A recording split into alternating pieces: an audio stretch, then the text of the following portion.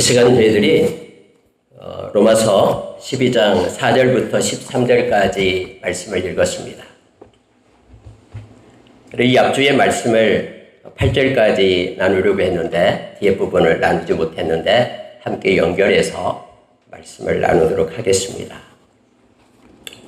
여러분, 복습을 좀 하고 가겠습니다. 이 앞주의 여러분, 제목이 그거였습니다. 마음이 새롭게 변화될 때라는 거였습니다. 항상 삶은 마음을 앞서지 못합니다. 그래서 중요한 것이 마음이다 그랬죠. 마음은 크게 두 가지가 있다고 했는데 누스라는 것과 카르디아가 있다고 했습니다. 예수님께서 하나님의 나라는 여기 있다 저기 있다가 아니라 너의 마음 가운데 있다 할 때 이 마음이 바로 누스, 마음을 가리킵니다. 그래서 우리가 로마서 14장 17절의 말씀처럼 성령 안에서 하나님의 나라가 성령 안에 있는, 그래서 의와 평강과 희락이다라고 우리에게 가르쳐주고 있죠. 그래서 여러분, 우리의 마음 가운데는 예수를 믿었기 때문에 이제는 옛사람이 아니라 새 사람이 되어서 성령님이 우리 가운데 계신다 그랬죠. 성령이 계시지 않으면 그분은 믿는 사람이 아니다라고 성경 말했습니다. 그래서 우리 마음 가운데 이제 새로워지는 성령으로 거듭난 하나님의 나라를 가진 사람들이 저와 여러분입니다.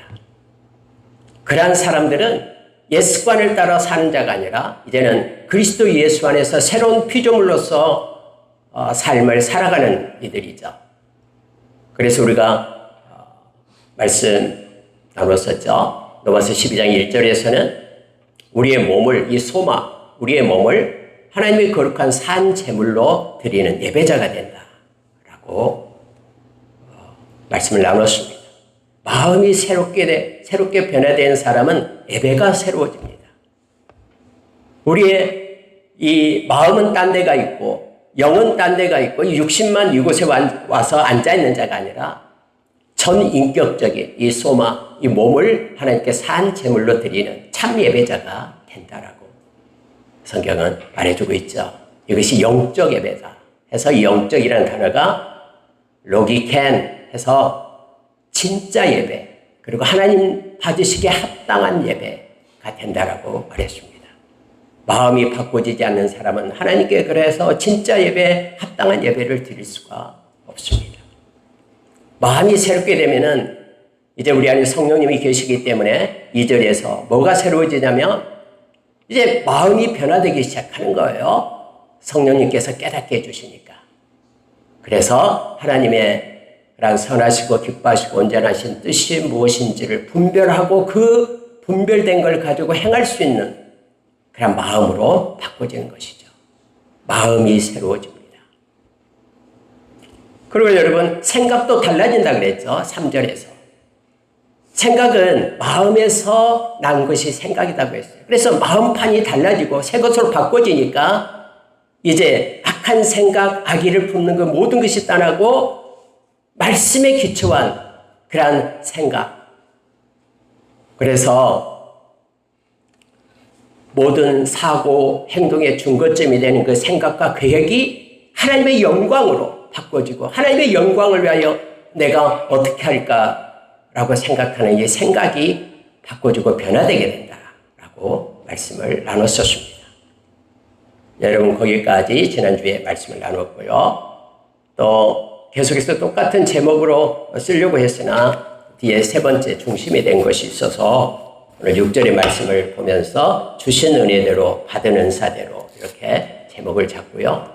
내용은 똑같습니다. 우리의 마음이 새로워지면 이제 네 번째로 나타나는 것이 뭐냐면 의식이 생겨요. 소속감이 달라져요. 마음이 달라지기 전에는 내가 하나님께 속했는지 세상에 속했는지 이거 분간이 안 돼요. 그냥 주일날 예배드리면 내가 하나님께 속했나 보다 하고 세상에 나가 살 동안에는 똑같이 변화되지 않는 세상 사람과 똑같은 사고와 의식을 가지고 살아가게 되는데 마음이 새롭게 변화되면요. 소속이 달라지고 소속감을 느끼게 돼요. 이게 바로 의식의 변화가 오게 되는데요. 이게 바로 한몸 의식과 지체 의식을 갖게 되죠. 에클레시아, 교회를 알게 됩니다. 그래서 여러분, 왠지 믿는 사람만 보면 너무 기쁘고 행복한 거예요. 진심으로 주님을 믿고 의지하는 사람 보면 막 박수치고 위하여 뭔가를 막 하고 싶고 막 전도하고 있으면 가서 아이스크림 하나라도 사주고 싶고 막 이런 막 생각이 의식이 바꿔지게 되는 거예요. 요한복음 15장 19절의 말씀처럼 예수님께서 세상이 너희를 미워할 것이다. 왜냐하면 너는 세상에 속한 자가 아니기 때문에, 그래서 하나님께 속한 자이기 때문에 세상이 너를 미워할 것이다. 그런데 걱정하지 말아라고 우리에게 가르쳐주죠. 하나님은 하나님의 소유, 하나님의 자녀인 저와 여러분을 책임지심을 가르쳐줍니다.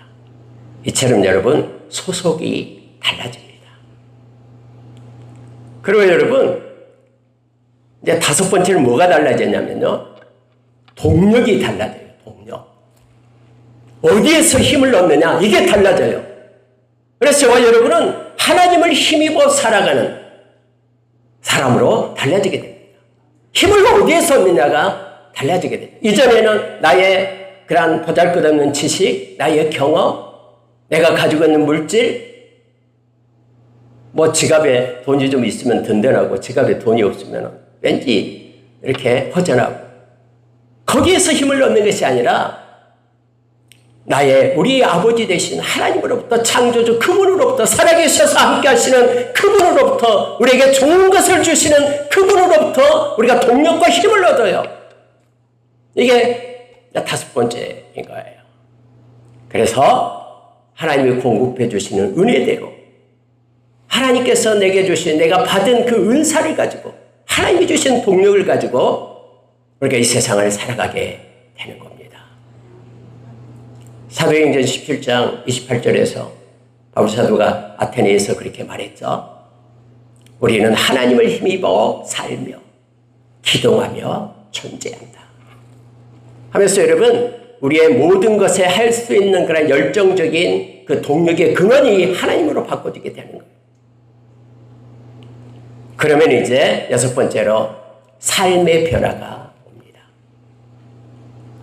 나의 삶이 어떻게 바꿔지는가에 대해서 오늘 성경은 가르쳐주고 있음을 보게 됩니다. 그래서 오늘은 이 후반부 세 가지를 가지고 우리의 의식의 변화, 에클레시아에 대한 그러한 소속의 그러한 변화에 대해서 말씀을 잠깐 나누고요. 두 번째는 우리의 동력, 삶을 사는 동력과 이 힘의 변화에 대해서 잠깐 나누고요. 마지막엔 우리의 삶에 대해서, 자기 자신에 대해서, 또 형제에 대해서, 하나님에 대해서 우리의 삶이 어떠했는가, 어떻게 변화되는가를 오늘 말씀을 통해서 나누고, 믿음의 성숙을 이루어가는 삶, 그리스도의 장성한 분량이 충만한 데까지 이르는 믿음의 성숙, 점점점 매일매일 하나님의 백성으로서 더 하나님께 가까이 나아가는 우리의 삶의 모습의 변화, 이것에 대해서 잠깐 나누고요. 그리고 하나님께 기도하는 시간을 갖도록 그렇게 하겠습니다. 여러분, 성경은 은사에 대해서, 하나님의 은혜에 대해서 이렇게 다루고 있는 부분이 바울 사도가 다룬다 그랬죠. 가장 많이 넓게 다루고 있는 부분이 어디냐면 바로 고린도전서 12장이에요. 고린도전서 12장 4절부터 쭉 전체적인 걸 다루죠. 물론 12장, 13장, 14장에는 성령의 은사에 대해서 다루고 있음을 보게 됩니다. 그리고 오늘 읽었던 이 로마서 12장이 말씀하고요. 또 에베소서 4장의 말씀에서 이 은사에 대해서 다루고 있음을 보게 됩니다. 특별히 여러분, 제목을 주신 은혜대로, 받은 은사대로 이렇게 정했기 때문에 은혜라는 것하고 은사에 대해서 잠깐 말씀을 나누고 가기를 원합니다. 은혜다 그러면은 우리가 헬라어로 카리스라고 얘기해요. 은사다 그러면 카리스마예요. 카리스마. 저 사람처럼 카리스마가 있다 할 때 이게 은사를 나타내는 단어죠. 어원이 똑같아요. 카리스, 카리스마. 즉 하나님으로부터 주어진 것이다라는 거예요. 내가 뭔가 노력해서 뭔가 잘나서 그게 뭔가 쟁취하는 것이 아니라 나와는 상관없이 하나님으로부터 나에게 거저 주어지는 것이라는 의미에서는 비슷해요. 그리고 때로는 성경에 또 같은 의미로도 이렇게 사용되는 경우도 있어요. 네, 여러분, 이 하나님의 은혜대로 이 은혜는 활동을 주로 나타냅니다. 하나님이 개입하셔서 활동함으로 인하여 우리에게 부어지는 것이 은혜다라고 생각하면 됩니다. 우리의 삶 가운데 하나님이 개입해서 지금까지는 그렇지 않았는데 하나님이 활동하셔요. 또 나의 생각 속에 하나님이 쑥 들어오셔가지고 나의 생각을 주장하셔요. 이것이 은혜입니다. 우리가 구원받을 수 있는 아무런 조건도 되지 않는데 특별히 하나님께서 저와 여러분을 지명하여 불러서 너는 내 것이다 하면서 우리에게 믿음을 주어 예수를 믿게 하고 저와 여러분 이렇게 구원을 얻게끔 해요. 에베소서 2장 8절 이하에서요. 하나님께서 은혜로 우리에게 믿음으로 말미암아 우리가 구원을 얻게끔 하셨다라고 말씀합니다. 이게 은혜입니다. 근데 여러분 은사는요, 주어진 선물, 기프트를 얘기하죠. 선물이에요. 그럼 구원의 선물이 뭐냐? 할 때 우리가 로마서 6장 23절의 말씀처럼 죄의 삭은 사망인데 하나님의 은사는 그리스도 예수 안에 있는 영생이다라고 우리에게 가르쳐주고 있죠. 그러니까 하나님께서 구원의 그 하나님의 은사, 하나님의 선물이 영생으로 우리에게 주시는 선물이 되죠. 저와 여러분 은혜로 구원을 받고요. 그 구원의 그런 결과물로 우리는 영원한 생명을 선물로 받은 거예요. 근데 여러분 중요한 게 있는데요. 이게 은사는요. 우리 성경에 보니까 베드로 사도도 그렇게 얘기했습니다. 베드로전서 4장 10절에서 얘기했죠. 은사는 나를 위하여 쓰는 게 아니에요. 은사는 하나님의 은혜를 이루어 가기 위해 필요한 그런 선물임을 다른 사람을 위하여 사용하는 것임을 성경은 말해주고 있는 거예요. 예를 들어 여러분 이런 거예요. 어떤 사람이 막 어려운 환경에 처해 있어요. 한 사람이. 하나님께서는 다른 사람들한테, 지체들한테 은혜를 부어줘요. 그래서 마음이 하나님의 활동이 일어나 감동이 돼요. 저 사람에게 뭔가를 해주고 해야 되겠다. 해서 나는 하나님께서 나에게 기도의 은사 선물을 주셨기 때문에 그를 위하여 내가 작전 기도를 하루에 1시간씩 10일간 해야 되겠다. 그럼 그 사람에게 주어진 하나님의 은사를 가지고 그 사람이 그 하나님이 주신 은혜대로 그 사람을 위하여 은사를 사용하는 것이죠. 나는 하나님이 이번에 뭔가 나에게 뭐 물질이 생기게 했으니까 맛있는 것을 저 사람을 사다 줘야 되겠다. 그 사람을 위한 것은 하나님의 은혜를 부어준 거예요. 그런데 내가 그 사람의 빵을 하나 사다 주는 거, 물질이 생겨서 그것은 은사예요. 하나님이 내게 준 걸 갖다 사용하는 것이죠. 나는 노래를 잘하니까 이 노래는 하나님이 주신 선물이죠. 은사입니다. 그가 힘들 때 가서 그를 위하여 내가 노래 한 곡을 불러야 되겠다. 그래서 여러분요, 이 은사는 하나님이 주신 은혜를 행하기 위한 도구가 됨을 성경은 말해주고 있습니다.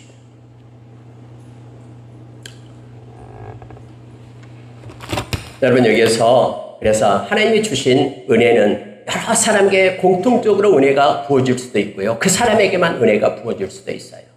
하나님의 활동이 나타날 수 있어요. 하나님의 은혜는 늘 감사하고 또 그 사역을 이루기 위하여 우리가 노력을 하죠. 근데 은사는 각자에게 주어진 겁니다. 내가 노래하는 하나님의 은사를 내게 주었는데 내가 저 사람을 위하여 그림을 그려가지고 저 사람에게 은혜를 끼치게 해야 되겠다. 라면 안 되겠죠. 그림을 잘 못 그리니까요. 그래서 여러분 은사는 선물로 기억하면 됩니다. 오늘 여러분 하나님께서는요. 하나님 우리에게 은혜를 부어주셔가지고 우리를 다 구원해 주셨어요. 그리고 구원의 선물로서 우리에게 영생을 주셨고요. 하나님께서는 당신의 백성들을 이렇게 불러주셨어요. 이 교회로 에클레시아. 그러면 저와 여러분에게는 하나님이 불러주신 사람, 이 땅에 또 존재케 하는 모든 얘기에는 하나님이 선물을 주셨어요. 각자 다른 모든 각자에 맞는 선물, 은사를 주셨습니다. 그걸 가지고 우리가 하나님의 영광을 위하여 하나님의 은혜의 그러한 선한 청지기로서 살게끔 그렇게 하셨다라고 성경은 가르쳐 줍니다. 여러분, 먼저 첫 번째 걸 보시기 바랍니다. 그리스도 안에서 한 몸과 서로 지체가 된다. 우리가 마음이 새로운 판으로 이렇게 성령으로 거듭나게 되면은요, 이제 아까 의식이 생긴다 그랬죠. 우리는 소속감이 생겨요. 하나님께 속한 자예요. 그리고 에클레시아, 교회에 속한 자가 됩니다. 예수님께서 마태복음 16장 18절에서 내가 이 반석 위에, 이제 베드로의 고백을 듣고요, 반석 위에 내 교회를 세우겠다. 근데 이 교회는 음부의 권세가 해할 수 없다. 이길 수 없다라고 말합니다. 그래서 여러분, 세상 끝날 때까지 교회는 존재합니다. 우리 주님이 세웠기 때문에 그렇습니다. 물론 가정도 세상 끝날 때까지 존재합니다. 하나님께서 세우셨기 때문에. 근데 악한 사탄은 계속해서 가정을 파괴하고 교회를 파괴하려고 그렇게 하죠. 하나님에 대해서 대적하고 나가기 때문에 그렇죠. 그러나 에클레시아, 이 교회는 영원합니다. 고린도전서 1장 2절에 보면은 이 교회라는 게 뭐냐에 대해서 우리에게 가르쳐줘요. 교회는 이 건물이 교회가 아닙니다. 뭐 건물은 무너질 수도 있고 또 뭐 어떻게 될 수도 있고 그렇죠. 없어질 수도 있고. 그러나 하나님께서 부르신 자의 모임, 그러니까 부르신 자를 갖다 교회라고 얘기하는 거예요. 성도로 부르신 자, 성도로 부르심을 받는 우리가 교회인 것입니다. 이 교회는 그래서 없어지지 않는 거예요. 근데 중요한 것이 여러분, 한 몸 의식과 지체 의식이다라고 오늘 성경은 말해줍니다. 자, 여러분 4절을 보십시오. 우리가 한 몸에 많은 지체를 가졌으나 모든 지체가 같은 기능을 가진 것이 아니니 이와 같이 우리 많은 사람이 그리스도 안에서 한 몸이 되어 서로 지체가 되었느니라. 이 몸은 교회예요. 교회의 머리는 예수님이시죠. 근데 이 몸에는 여러 가지 지체가 이렇게 달려 있어요. 눈도 있고 코도 있고 손도 있고 다리도 있다라고 말합니다. 근데 5절을 다시 한번 보세요. 많은 사람이 그리스도 안에서 한 몸이 되었다라고 말합니다. 그리고 서로 지체가 되었다라고 성경은 말하고 있어요. 여러분, 여기서 중요한 단어가 있는데요. 서로 지체가 된다라는 거예요. 이 서로 지체가 된다라는 것이 무슨 뜻이냐면요. 내가 한 지체예요. 근데 이 지체는 이 팔입니다. 팔이라고 하면 이 팔이 소유가 누구에게 있냐면 이 팔이 자기 자신이 자기 것이 아니다라는 거예요. 서로 지체가 되었단 말은 이 팔은 이 다리나 눈, 다른 지체의 소유가 되었다라는 뜻이에요. 그래서 여러분, 뭐 원어도 그렇지만은 NIV 성경을 봐도 그렇게 되어 있음을 봅니다. 이것은 어디에 속해 있냐? 다른 지체들 모든 것에 속해 있다. 이렇게 표현을 하고 있어요. 다시 말하면은 내가 교회 안에서 한 지체 멤버가 됩니다. 그런데 나는 내 자신의 것이 아니라 다른 몸에 속한 다른 지체에 속해 있는 그들의 것이 되는 것이다라고 표현하고 있는 걸 보게 됩니다. 그래서 다리가 이 손이 필요하면은 이 다리가 손에게 요청을 하는 거예요. 눈이 이 팔이 필요하면은 팔에게 요청을 하는 거예요. 그래서 언제나 모든 지체들은 다른 지체를 위하여 연합되게끔 되어 있다라고 이 지체의식에 대해서 우리에게 가르쳐주고 있음을 보게 됩니다. 예수님께서 마태복음 12장 50절에서 그렇게 말씀하셨죠. 주변에 막 예수님의 어머니 마리아도 오고 예수님의 동생들도 막 왔어요. 어떤 사람이 예수님께 당신의 어머니가 왔습니다. 친동생들이 왔습니다. 하니까 예수님이 누가 내 어머니고 누가 내 형제고 자매냐. 이들을 봐라. 하나님의 뜻대로 행하는 자가 나의 어머니고 나의 형제고 자매다라고 말하죠. 영적인 공동체를 말하고 있는 것입니다. 다시 말하면은 우리가 마음이 새로 바꿔진 사람은요, 이 교회라는 교회 에클레시아라는 하나님의 부르심을 받은 택자들의 모임, 이 교회에 대해서 교회를 사랑하게 되고요. 교회를 세우게 되고 교회의 덕을 위하여 서로서로 섬기게 됨을 알게 합니다. 이 의식이 달라지게 됩니다. 저와 여러분 예수 그리스도 안에서 한 형제고 한 자매임을 성경은 우리에게 말해주고 있습니다. 여러분 특별히 고린도전서 12장에 보면은요, 제가 좀 읽어드릴게요. 이렇게 성경은 말하고 있습니다. 여기에 대해서 자세하게 설명해주고 있기 때문에 그렇습니다. 고린도서 12장 12절부터 몸은 하나인데 많은 지체가 있고 몸에 지체가 많으나 한 몸임과 같이 그리스도도 그러하니라. 우리가 유대인이나 헬라인이나 종이나 자유인이나 다 한 성령으로 세례를 받아 한 몸이 되었고, 그래서 성령의 세례, 즉 성령이 있는 사람은 하나가 됨을 알게 합니다. 또 다 한 성령을 마시게 하셨느니라. 몸은 한 지체뿐 아니요 여럿이니 만일 발이 이르되 나는 손이 아니니 몸에 붙지 아니하였다 할지라도 이로써 몸에 붙지 아니한 것이 아니요, 또 귀가 이르되 나는 눈이 아니니 몸에 붙지 아니하였다 할지라도 이로써 몸에 붙지 아니한 것이 아니니 만일 온몸이 눈이면 듣는 곳은 어디며 온몸이 듣는 곳이면 냄새 맡는 곳이 어디냐. 그러나 이제 하나님은 그 원하시는 대로 지체를 각각 몸에 두셨으니 만일 다 한 지체뿐이면 몸은 어디냐. 이제 지체는 많으나 몸은 하나라. 눈이 손들어 내가 너를 쓸 데가 없다 하거나 또한 머리가 발더러 내가 너를 쓸 데가 없다 하지 못하리라. 그뿐 아니라 더 약하게 보이는 몸의 지체가 도리어 요긴하고 우리가 몸에 덜 귀히 여기는 그것들을 더욱 귀한 것들로 입혀주며 우리의 아름답지 못한 지체는 더욱 아름다운 것을 얻느니라. 그런즉 우리의 아름다운 지체는 그럴 필요가 없느니라. 오직 하나님이 몸을 고르게 하여 부족한 자에게 지체에게 귀중함을 더하사 몸 가운데에 분쟁이 없고 오직 여러 지체가 서로 같이 돌보게 하셨느니라. 만일 한 지체가 고통을 받으면 모든 지체가 함께 고통을 받고 한 지체가 영광을 얻으면 모든 지체가 함께 즐거워하느니라. 너희는 그리스도의 몸이요 지체의 각 부분이라. 너무나 섬세하게 바울사도는 고린도 교회에 이 말씀을 적어서 우리로 하여금 읽게 합니다. 왜냐하면 고린도 교회에는 분쟁이 일어났거든요. 우리가 너무나 잘 알잖아요. 나는 바울파다, 나는 아볼로파다, 나는 게바파다, 나는 그리스도파다 하면서 서로 당을 지면서 그렇게 힘들어했던 것이 바로 이 고린도 교회였어요. 그런데 성령으로 함께하는 자는 한 성령이기 때문에 그렇게 서로 하나 되며 한 몸 의식과 지체 의식이 있다라는 것을 성경 말해주면서 우리의 소속감은 바로 예수 그리스도의 몸인 교회에 있다라고 말해주고 있습니다. 행여나 여러분, 교회에 대한 이 소속감, 하나님께 속했다라는 이 소속감에 대해서 의식이 없다 그러면은 우리는 다시 한번 예수 그리스도를 진심으로 영접하고 또 마음이 새롭게 변화되어야 됨을 성경은 가르쳐 줍니다. 여러분, 이 세상 살아갈 동안에 저와 여러분을 하나님께서는 공동체로 부르시고 함께 위하여 기도하며 함께 섬기며 살아가게끔 그렇게 하셨음을 우리가 기억하기를 원합니다.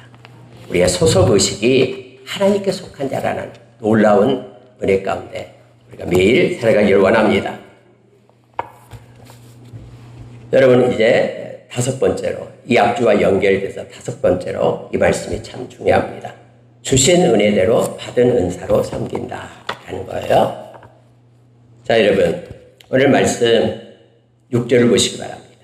우리에게 주신 은혜대로 받은 은사가 각각 다르니 혹 애언이면 믿음의 분수대로 7가지가 나옵니다.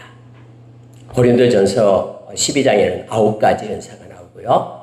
그리고 에베소서 4장 11절 이하에는 5가지 직책에 대한 은사가 나오고 있음을 보게 됩니다. 근데 특별히 여기에서는 이 은사에 대해서 우리에게 말해주고 있는데요. 아까 얘기했던 은사는 다른 사람을 위하여 사용되는 것이 은사다라고 성경은 우리에게 말해주고 있죠. 그래서 은사를 받은 사람은 그걸 가지고 하나님의 영광을 위하여 그걸 사용을 해야 됩니다. 여러분, 마태복음 25장에 보면 14절에서 30절 보면 마태복음 25장은 세 가지 비유가 나오죠. 예수님께서 두 번째 비유로 달란트 비유를 하는 거예요. 그래서 여기 보니까는 5달란트, 2달란트, 1달란트 각각 나누어 주죠. 근데 5달란트 받은 사람은 그걸 가지고 장사를 해요. 주인의 명령대로. 그래서 5달란트를 남겨요. 2달란트 받은 사람은 2달란트를 남겨요. 근데 1달란트 받은 사람은 그걸 사용하지 않아요. 땅을 파고 둘둘 수건에 싸서 그때 묻어둡니다. 때가 되니까 주인이 왔어요. 결산의 때가 왔어요. 가지고 와라. 얼마나 이렇게 장사를 잘했나. 결산하니까 5달란트 남기고 2달란트 남겼죠. 착하고 충성된 종아 하면서 주인이 칭찬을 하죠. 근데 1달란트 받은 사람은 악하고 게으른 종이라고 얘기해요. 왜요? 달란트 그것을 갖다가 사용하지 않고 묻어두었기 때문에 그렇습니다. 여러분, 저와 여러분은 하나님께 성령의 은사를 달라고 기도합니다. 근데 하나님께서 은사를 우리에게 주면 그 은사를 가지고는 반드시 사용을 해야 됩니다. 베드로 사도가 베드로전서 4장 10절에서 반드시 그 은사를 사용해서 하나님의 은혜를 그렇게 행해야 된다고, 사용해야 된다고 성경은 기록해두고 있는 거예요. 그래서 오늘 여러분, 애연의 은사를 받았다. 그러면은 그는 믿음의 분수대로 사용해야 됩니다. 이 분수, 분량은 우리말은 좀 같은 의미인데요. 좀 어렵습니다만은 믿음 안에서 사용해야 된다라는 거예요.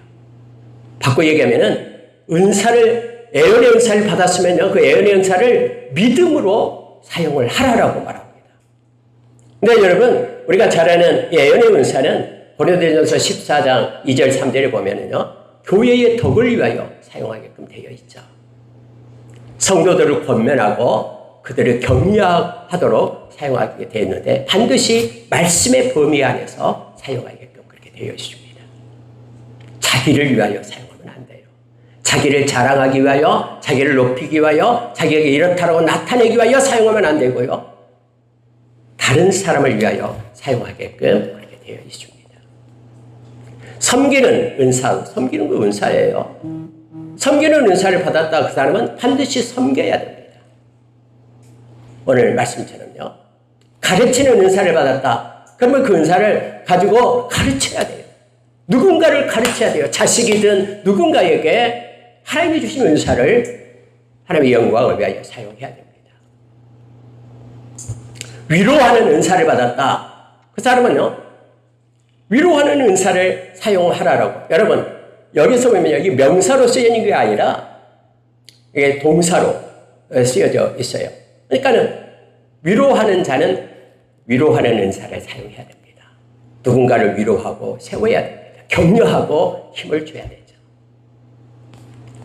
그러면서 이 계속해서 이 은사가 나옵니다. 그런데요, 성경에 보니까요, 구제하는 자는 성실함으로 이렇게 되어 있죠. 우리말은 성실함으로 이렇게 되어 있는데요, 구제한다라는 것은 주는 자를 얘기해요. 주기를 좋아하는 사람이 있잖아요. 이게 구제하는 은사를 받은 사람이에요. 그 사람은 너그럽게라는 단어입니다. 성실함으로 나는 것은 그냥 인색함이 없이 너그럽게 그 일을 행하라라고 말하고 있어요. 여러분, 여기에서요, 다스리는 자다. 그럼 부지런함으로 이렇게 되어 있는데요. 다스리는 자, 이끄는 사람을 얘기합니다. 그런 늘 부지런함으로 그것을 행하게끔 그렇게 되어 있고요. 긍휼을 베푸는 자는 즐거움으로 해라 라고 말하고 있습니다.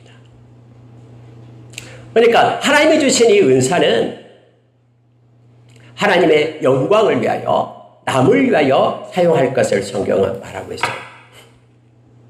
성경은 어떻게 얘기하냐면요, 이 은사를 얘기할 때요, 하나님이 주신 힘으로 하는 것처럼 그렇게 하라라고 베드로 사도는 베드로전서 4장 11절에서 우리에게 말해줍니다. 무슨 얘기냐면요, 이제 마음이 달라지고 마음에 성령님이 계신 사람은 이제 힘의 근원이 나에게서 난 게 아니에요. 하나님이 주신, 성령께서 주신 그 은사를 가지고 성령께서 은혜를 베푸는 곳에서 내가 동력을 얻고 힘을 가지고 사용하는 것입니다. 이제부터는 여러분, 성령을 쫓는 삶을 살아야 됨을 성경 말해줘요. 갈라디아서 5장 16절 이하에서 계속해서 우리에게 말해준 게 그거죠. 너희는 육신을 입기 때문에 육체가 있고 또 성령을 받았기 때문에 우리 안에 마음 안에 성령님이 계셔요. 그럼 너희들은 성령을 쫓는 삶을 살지 육체를 쫓는 삶을 살지 말 것을 성경은 말해주고 있습니다. 여러분 어디에서 힘을 얻습니까? 어디에서 동력을 얻어서 살아갑니까? 하나님이 주신 것을 가지고 우리가 이 세상을 살아가길 원합니다. 하나님이 주신 은사는 내가 잘할 수 있고 또 내가 그걸 하기에 편하고 그거예요. 그래서 하나님이 주신 걸 가지고 하나님의 영광을 위하여 살아가는 저와 여러분 되시기를 간절히 원합니다. 마지막으로 여러분 이제 삶에 대한 것을 보고 마치겠는데요. 여러분 이제부터는 성령이 이끄는 삶으로 우리가 믿음의 성숙을 나가게 됩니다. 그래서 9절부터 13절을 바울 사도는 말하고 있는데요. 우리의 삶이 바꿔집니다. 이제는 옛사람의 습관처럼 행하는 거 아니라 새 사람을 입고 우리의 삶이 변화돼서 삶으로 하나님께 예배드리며 영광을 돌리는 성숙한 자로 점점점 우리가 자라가게 됨을 말하고 있습니다. 진짜 여러분 자기 자신에게 어떻게 바꿔지냐 그러면요. 9절을 한번 보시기 바랍니다. 사랑에는 거짓이 없나니 악을 미워하고 선에 속하라. 이렇게 되어 있습니다. 사랑에는 거짓이 없다 해서요. 우리가 고린도후서 6장 6절 7절에 보면은 하나님이 주신 그러한 무기가 있다 그랬죠. 그 중에 뭐냐면 거짓 없는 사랑이 있습니다. 거짓 없는 사랑을 가지고 살아갈 것을 우리에게 요청합니다. 그리고 깨끗함을 얘기합니다. 우리가 점점 어제보다도 오늘 더 깨끗해집니다. 어제보다도 오늘 더 거짓이 없는 사랑을 가지고 동력이 되어 우리가 내 자신 앞에 내 자신을 그렇게 변화시켜가며 성숙해 가는 것입니다. 하나님께 더 가까이 우리가 나가게 됨을 알게 합니다. 여러분 12절 한번 보십시오. 소망 중에 즐거워하며 환난 중에 참으며 기도에 항상 힘쓰며. 이건 자기 자신에 대한 거예요. 여러분 소망은 영혼의 닻이라고 했습니다. 히브리서 6장에서요. 그래서 이 닻을 어디에다 두냐가 중요해요. 우리는 하나님의 나라에 우리의 영혼의 닻을 그렇게 두고 고정시키고 살아가는 사람이죠. 그래서 이 세상에 아무리 요동한 날지라도 우리가 좌우로 흔들림 없이 믿음을 지키며 나갈 수가 있는 것이죠. 소망을 가진 자는 하나님이 주신 기쁨 속에 살아갈 수 있습니다. 하루하루 그렇게 요동하며 사는 자가 아니라 아무리 파도가 밀려와도 닷을 이렇게 내리는 배는 흔들리지 않습니다. 하나님의 나라의 소망을 가진 자는 그것이 우리에게 준 기업이기 때문에 기쁨을 잃지 않습니다. 여러분 이러한 숱한 싸움을 우리가 믿음의 성숙을 가지고 마음이 새롭게 자는 매일매일 해야 됨을 가르쳐줍니다. 특별히 여러분 환난 중에 있을 때 인내할 수 있는 힘을 얻게 됩니다.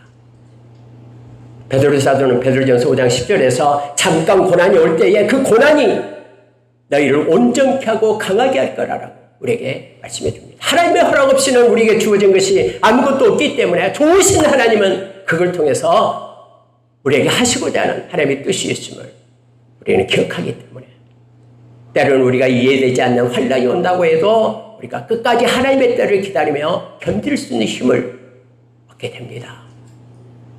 갈라디아서 6장 9절의 말씀처럼 우리가 선을 행하되 낙심하지 않고 포기하지 않으면 때가 이름에 거둔다라는 주님의 말씀을 붙잡고 견뎌내며 살아갈 수 있는 동력을 얻습니다. 특별히 성령께서 함께 하시기 때문에 활동이 일어나서 우리의 참음의 열매가 우리의 마음까지 확장될 때 우리는 환난으로부터 참을 수 있고 견뎌낼 수 있는 힘을 얻게 됩니다. 특별히 여러분 항상 기도할 수 있는 능력을 얻게 됩니다. 여러분 기도하면 모든 것들을 이겨낼 수 있습니다. 항상 기도할 수 있습니다. 오늘 성경에 말하고 있죠. 기도에 항상 힘쓰며 라고 말합니다. 기도는 우리가 알지 못하는 것을 알려주는 우리가 예레미야서 33장 2절 3절 말씀을 너무나 잘 압니다. 일을 행하시는 여호와 만들어 성취하시는 여호와가 말씀합니다. 너는 내게 부르짖으라 내가 내게 응답하겠고 네가 알지 못하는 크고 비밀한 일을 보여주시겠다고 약속했습니다. 기도하면 구하는 자에게 상 주시니심을 믿는 것이 믿음이라고 했습니다. 우리의 마음을 주님은 아시고 깨닫게 하시고 더 넉넉히 이길 수 있는 힘을 우리에게 주십니다. 여러분과 저가 다 기도의 용사가 되기를 원합니다. 이것은 자기 자신의 믿음의 성숙을 나타내는 마음이 바뀐 자의 모습임을 알게 합니다. 여러분 다른 사람에 대해서는요, 형제에게 대해서는 10절에 이렇게 말하고 있습니다. 형제를 사랑하여 서로 우애하고 존경하기를 서로 먼저 하며, 이렇게 되어 있습니다. 이건 뭡니까? 예수님의 명령을 지키는 것이죠. 예수님께서 새 계명을 너희에게 준다. 서로 사랑하라. 너희들이 서로 사랑할 때 세상이 너희가 내 제자임을 알리라라고 했잖아요. 그래서 여러분, 믿음의 성숙을 이루어가는 사람은요, 여기에서 먼저, 서로 먼저 하며 라는 표현은요, 그러니까 above요, above yourself. 이렇게 너의 위에 다른 사람을 둔다라는 거예요. 너보다도 다른 사람을 더 존경하게 된다라는 것을 말하고 있습니다.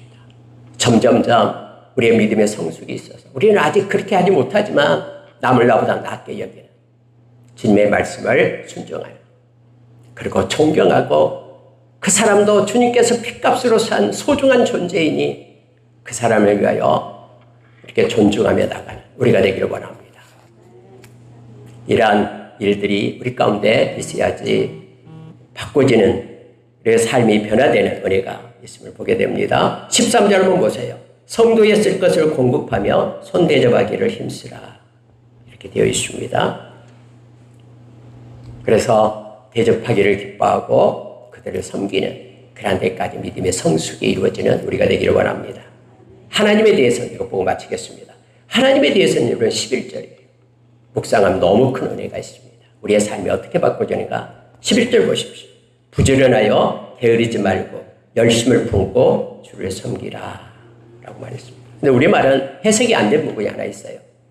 열심을 품고 주를 섬기라. 품는다라는 것은 지속된다라는 거예요. 그래서 여러분, 열심히요, 오늘은 열심 냈다가 내일은 그냥 바닥이 나고, 이게 아니라 품고라는 표현은요, 이 열심을 계속 지속하며 하나님을 섬기고 예배하는 자가 된다라는 뜻이에요. 그러니까 믿음의 성숙에 있는 사람은 하나님의 섬김에 대해서 이 열심이 변함이 없습니다. 매일매일 부지런하여 게으르지 말고 열심을 품고 주를 섬긴다. 그래서 해석이 되지 않는 부분이면 열심 앞에가 뭐냐면 영적인 것이 들어가야 됩니다. 영적 열심, 열정을 가지고 이거예요.